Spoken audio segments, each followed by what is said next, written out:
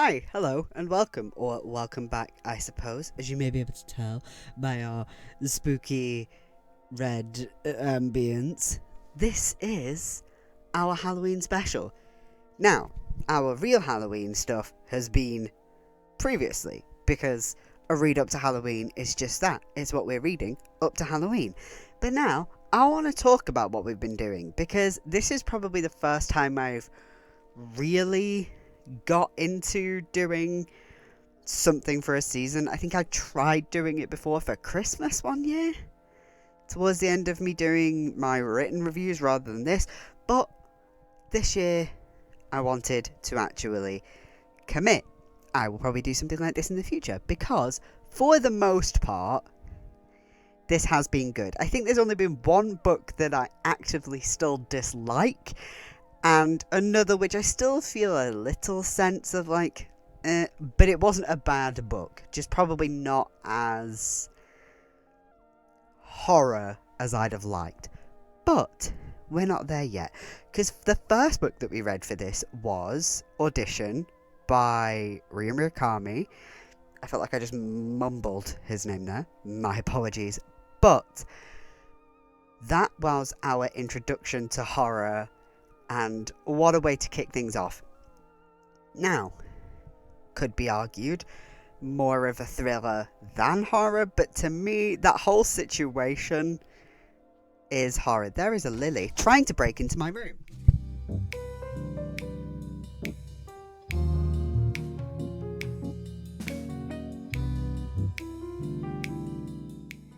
That will probably happen again. But yeah, this situation for everybody involved is terrifying, and I think that's enough. And also, some of the sort of ending scenes for that are definitely in that category.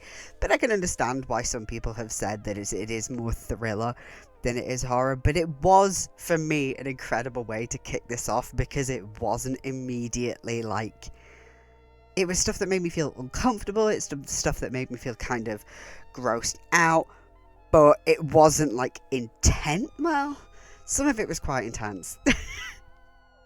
But consider what came next and some of the stuff that came later. Actually, especially the next book. Actually, the next three books. Because even if I didn't like one of them, then. But it is definitely something that I could have read outside of the confines of doing something for Halloween, and I wouldn't have felt like it was out of place. It's not that I don't read horror outside of this time of year, but there are books within this that I definitely felt fit the vibe of this time of year. Specifically, the most recent book I've read, there's something about ghosts and hauntings and supernatural kind of things, definitely, and also magical kind of stuff as well. They definitely feel to me spooky, scary, Halloween-y, but slasher kind of stuff and thriller kind of leaning horror definitely still fits the bill, because obviously things like American Psycho, things like Silence of the Lambs, why is my brain blocking every film I've ever watched? Anything that's in that kind of realm, it still fits this time of year. Even your slasher things, like your Friday the 13th, they're obviously gonna fit in with this time of year. So many people aim towards your just blood fests. I generally don't when it comes to films, but I also just don't watch a lot of horror, because it's not my vibe in terms of films. I like the easy ability to stop with a book, and also I can't get jump scared, and that is always my biggest peeve with horror films, even if it's well placed. I watched Weapons this year, and I did find there were some well placed jump scares in it. For the most part, I just don't like them. They make me just I don't. This is not going to be a cohesive video, I hope you know this. I'm unscripted, I'm rambling, and I'm just talking. This is just me having a little ramble. And yeah, Audition it's definitely a classic for a reason. I've been meaning to read it for so long, and I still haven't watched the film. I was meant to while I was doing my readings for this, because I was going to come back when I did this and be like, I also watched the film and blah, blah, blah, blah, blah, blah. But I can't because I'm bad at planning things. And there was an extra book that I was meant to read between Silverweed Road and Cuckoo called The Hole, which apparently has a lot of like feelings of misery, which was basically my Halloween special last year, was reading some Stephen King for the first time. But I didn't get to because my planning, to be fair, me getting all but one of the books and videos ready in time is a feat. But yeah, I think definitely also starting out with something that is a classic generally means you're going to start off in good hands.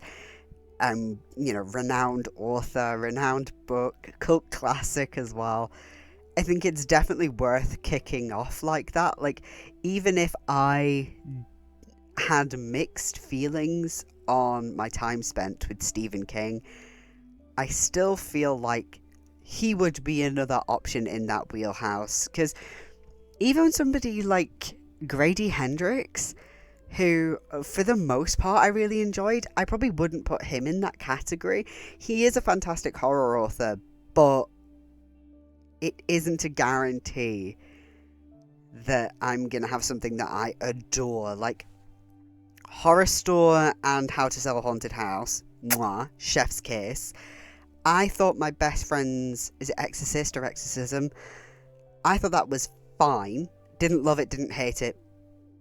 Like, I liked what it was doing, but it wasn't made for me. And Final Girl Support Group, I genuinely thought was just a bit lame. I'm not gonna lie.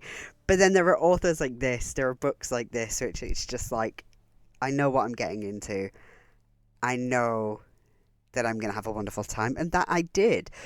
But then we move on to the next two books, where I was sort of trusting the fact that I'd seen reviews online. I knew that they were disturbing kinds of horror, but I hoped that they would still be good. Mayfly was great. It was camp, it was kind of ridiculous, it was very much, kind of clearly to me, an homage to things like American Psycho. It was full of cheese in a fun, just, oh my god, such a fun way. And even though it was dark, and some of the gruesome details are rancid, and I still can't look at eggs in the same way. But then you compare that to something like Lapvona.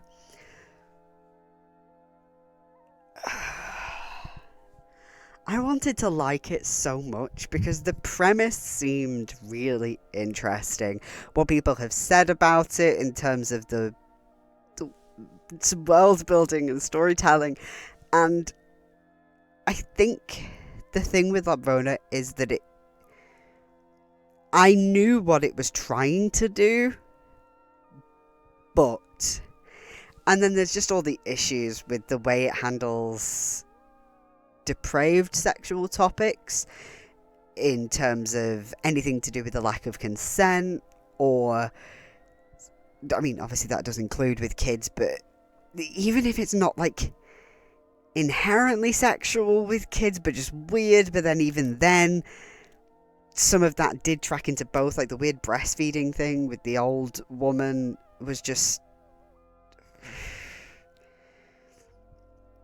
disturbing books. Media in general, it is difficult to sometimes know, is this book just disturbing or is it also good? Because there's so much media which is like, oh my god, this is disturbing, it's like so like, oh, it'll make your skin crawl. It's like, yeah, but is it also good? Because like, I personally don't really generally get along with splatterpunk stuff. For me, I've read a few short stories in that genre. I've seen people talk about it, and I'm just like, this isn't for me. Especially when they talk about kids, because I'm just like, I don't understand the appeal. Fine if you do. I don't look at people, generally speaking. I'm not going to look at someone sideways if they do enjoy splatterpunk. I know what the appeal is, that sort of over-the-top, grotesque nature. It's not meant to be realistic or anything like that. But I know what that media is. And I'm sure there are still some fantastic stories. There was one, it might just be called The Womb. And I saw somebody make a video about that. It's like some play on the words room and womb. That actually does sound really interesting, and apparently that does seem to fall into the disturbing, maybe even splatterpunk genre. Absolutely fine. But with disturbing media that is meant to disturb you, because some stuff is just like, if I watch the Chernobyl series, right, that is disturbing, but it's not like in the same way that a Serbian film is disturbing. One of those is disturbing because it is based on real events. It is just a grotesque sight of the way the human body degrades under radiation, and also it's just heartbreaking. It's disturbing in that way. A Serbian film is disturbing because it's depraved. And I think when you're writing something that's depraved, you have to know how to do it. You either have to really lean into the depravity, see things like splatterpunk, or think what you will of a Serbian film. I don't particularly care for it, and any video that I've seen talking about it just makes me care for it less. And no, I haven't watched it myself. I refuse to. But my point is, it does know what it's doing, and you know when you go into something like that you're watching something rather that is grotesque and depraved. When I went into Lapvona, I knew I was getting into something disturbing. I didn't know in what form. But it seemed to just be going, I'm disturbing you, aren't I? Isn't this awful? I remember there was just like a point, I think it was like kind of early on, during one of the weird breastfeeding scenes, where I was just going,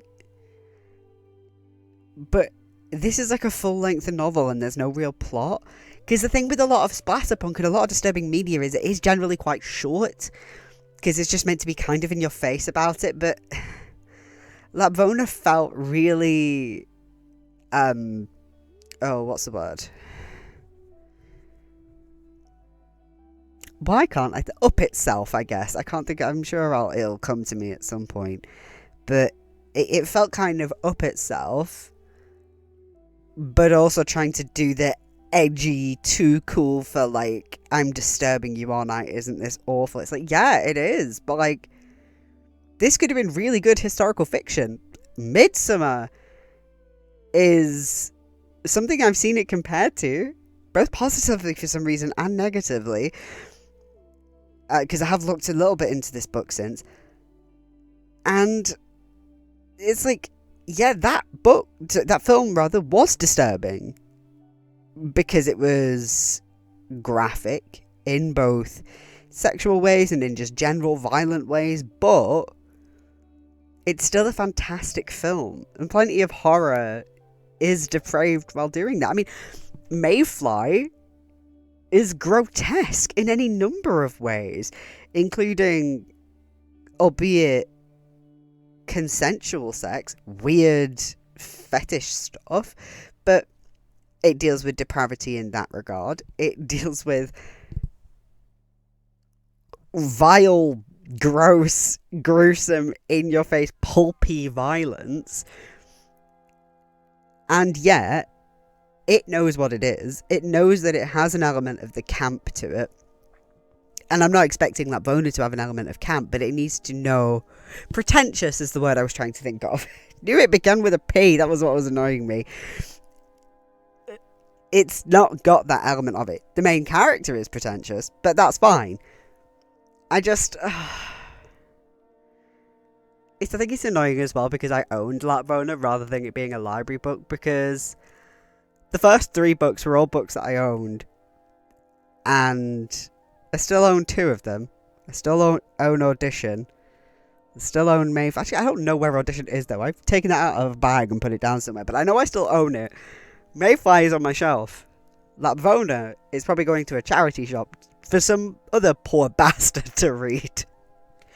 But let's move on from me going rambly around the houses about how Lapvona sucked ass and I never want to think about it again. Because then I was healed a little bit because I got to read something fantastic in Natural Beauty.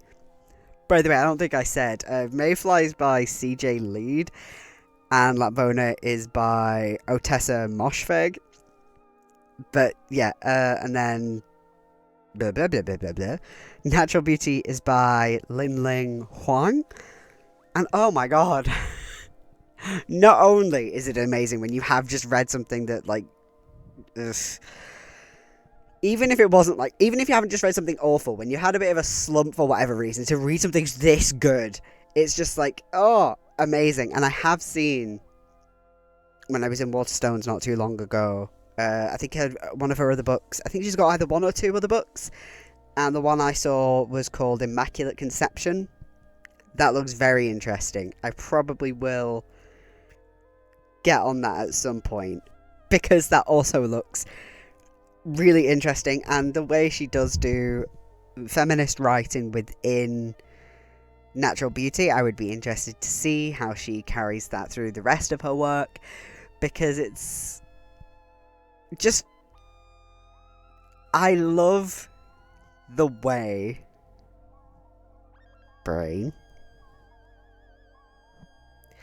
I love the way she brings all sorts of commentary into horror and uses body horror within that and just general fear.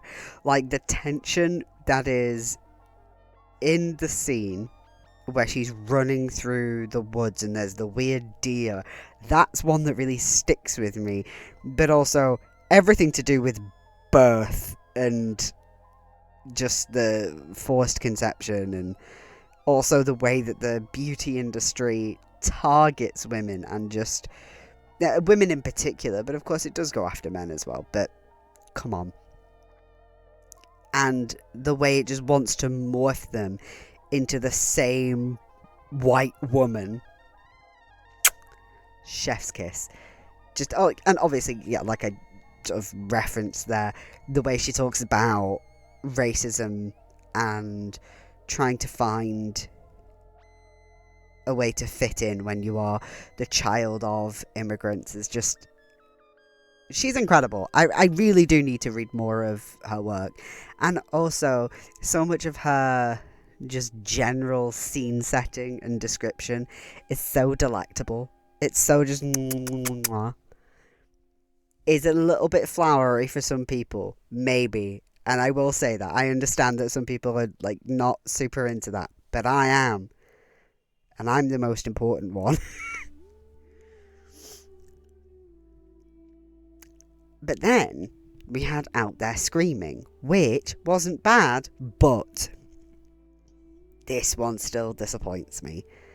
There are still stories that I think about that are good, but I'm still, like, about. It's a book I'd rather just be like, it's fine, I've read that now, but I'm not going to talk about it too much, because it's just like, it was there in this read up to Halloween.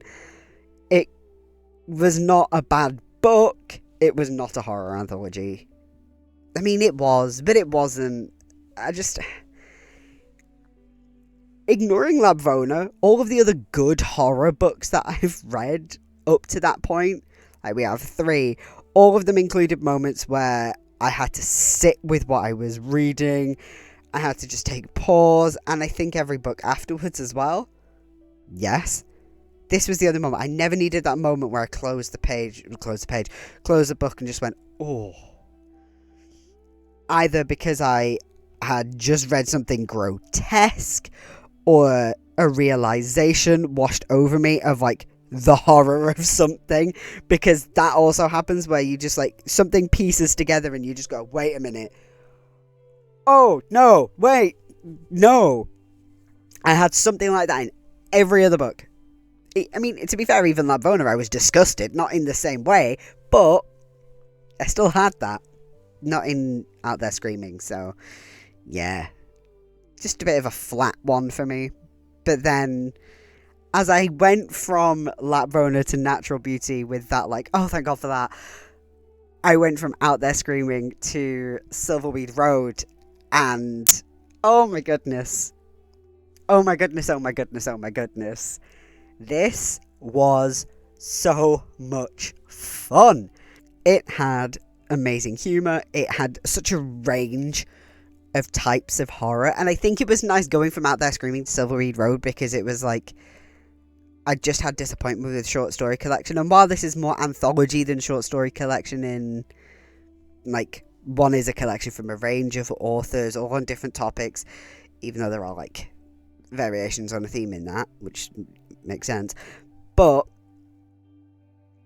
Silverweed Road is more of like a overarching story made up of little stories kind of thing. But anyway, it brought me pure joy. I love the folktale elements of it, the weird body horror with the cuttlefish, the sort of classic haunting feeling of it, the Frankenstein meets Pinocchio kind of thing going on, and just corvids in horror are always fun. I like the use of a jackdaw because that's unusual, and I love the way that magic is brought into it. Just every little element works so well, and the humour as well. Some of it more overt than elsewhere. Some of it was like a little sly wink and a nudge kind of thing, and then you had the darts story, which was, I think I compared it to Only Fools and Horses, if that sort of turned gory and nasty. It was all very Cornetto trilogy or Dog Soldiers. It was all just like my favourite things of like British horror.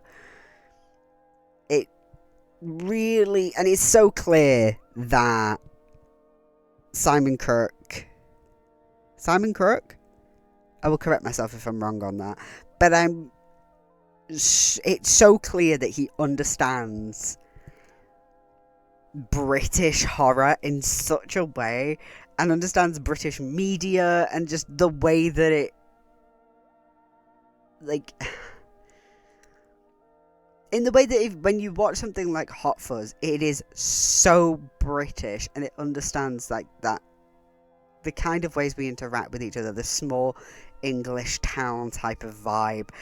And there's two ways that goes. You either have the kind of everybody knows everything about everyone, or you have that, you would think that if you looked at the place, but no, nobody talks to each other, we're all closed in, and we all have no idea what's going on around us. And I love the way that Silverweed Road plays into that, and it brought me joy. And I loved the next book, but I can't say it brought me joy because it was devastating when we moved on to Cuckoo. Gretchen Fletcher Martin, I think her name is. Or Felker Martin? Gretchen Felker Martin, I think her name is. Again, I will put it on here if I'm wrong. I love horror. I love allegory in general. You saw me talk about that recently with something else that isn't this. What am I thinking of? I can't remember what I've read. Ow. I think I just got a paper cut. I can't tell with the red lighting.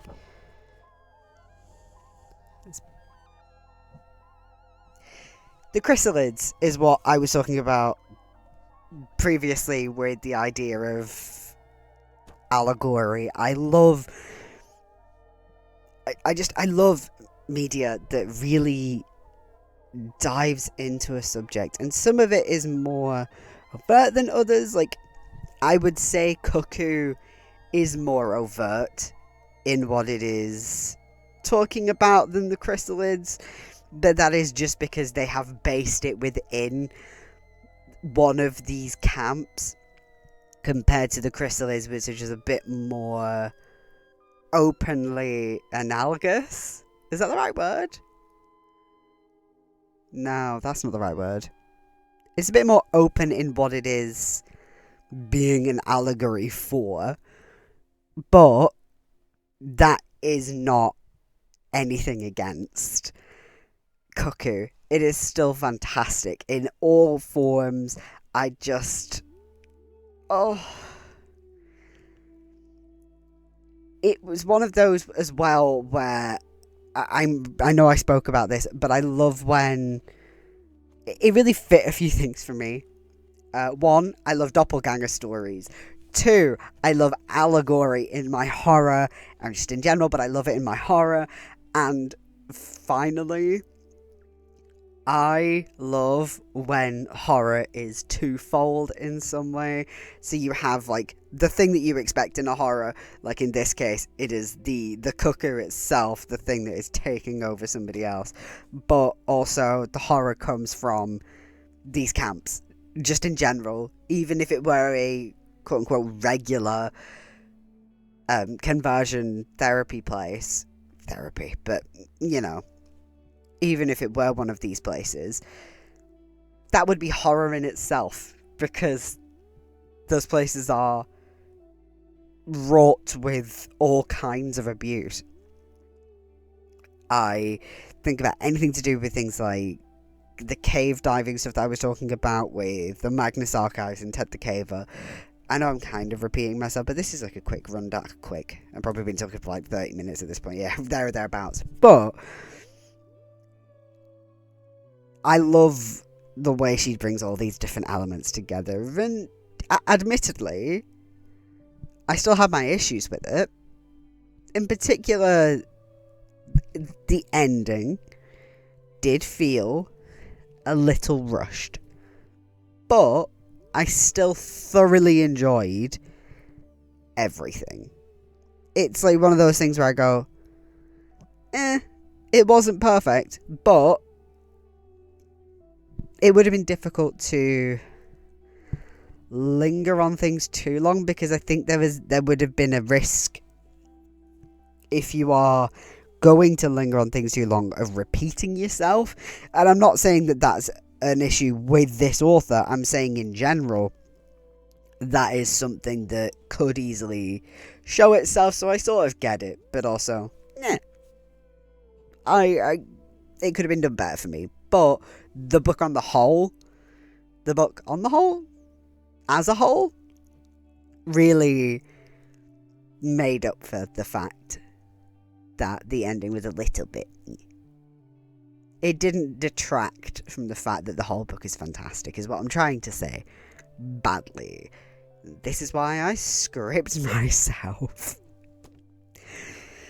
But then last but not least, and I will probably talk a little less on this because it was only a few days ago that you would have seen me talk about this, we had Hell House by Richard Matheson, and oh my goodness, oh my goodness, oh my goodness, oh my goodness.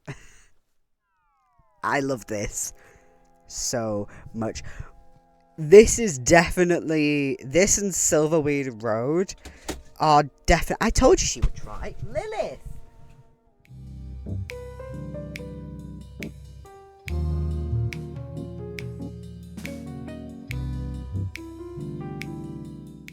this and Silverweed Road are definitely, when I was talking earlier about the idea of books being of this season, of the spooky Halloweeny season for me, those two are the vibe. I think Lapvona would have been as well. I think just in general, when autumn is settling in, a lot of historical fiction, especially British historical fiction, really fits within that mood. There are some places in Europe where it kind of also fits, where it tends to be that sort of gloomier weather is a big focus of it, but you know, you think about any of the Brontes on the moors, and I know that's not historical fiction, but like, that's where a lot of people pull from when they write historical fiction, especially if they're writing complete fiction rather than sort of fictional retellings. Anything like that tends to be perfect for this time of year. But in specific with spooky season, I love a ghost story, because it just feels, there's something very comforting about it. I mean, even at Christmas, I love that tradition of ghost stories at Christmas. I do.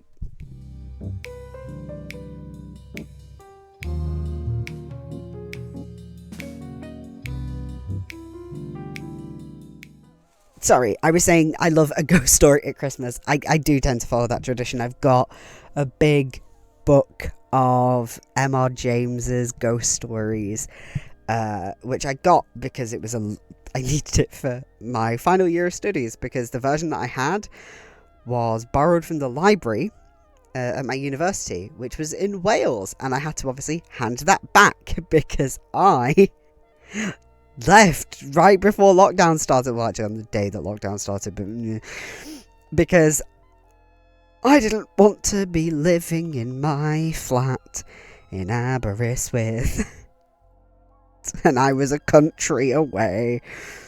So I need to get a book, and I need to get that book, and I got a nice edition, and I do tend to pick up a few stories here and there from that at Christmas, because it makes me feel warm and cozy. And it's the same thing. I think a good haunting story, I think there's that thing of like a campfire story. There's something that feels communion about it. Not communion as in like church, just like, I can't explain it. There's something that makes me just feel warm and cozy when I read something horrible with ghosts. And I just, with Hell House in particular, I did really like the fact that, you know, I was talking earlier about the way that Lapvona didn't know how to write depraved sexual acts in order to make the reader feel uncomfortable, but also be aware that there are levels to this. Now, I think there's an in-between that could still work. There is like a line in between where you can still describe certain acts and it still not feel like I don't want to be reading it.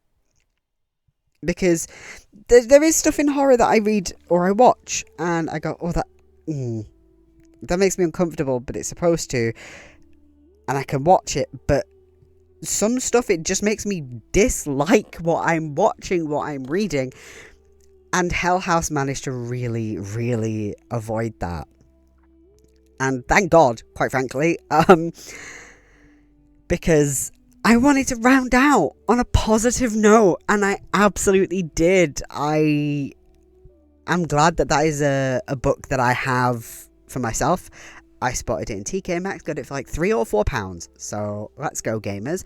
I will probably read that multiple times. One, because I would like to be able to dive deeper into that book, and I would also like to be able to see things over again, because I remember with the ending, with it being like a lot of ghost stories, you have it spelled out to you, sort of like, here's all the pieces that we've been laying out so far to you, here's that all tied up together. That is not uncommon for a lot of ghost stories. regardless of the length of them, be them short stories or full-length novels. I love them. I spoke about this with an Eddie on the Floor earlier this year as well, which I still love. I still thought was fantastic. That had the same sort of thing.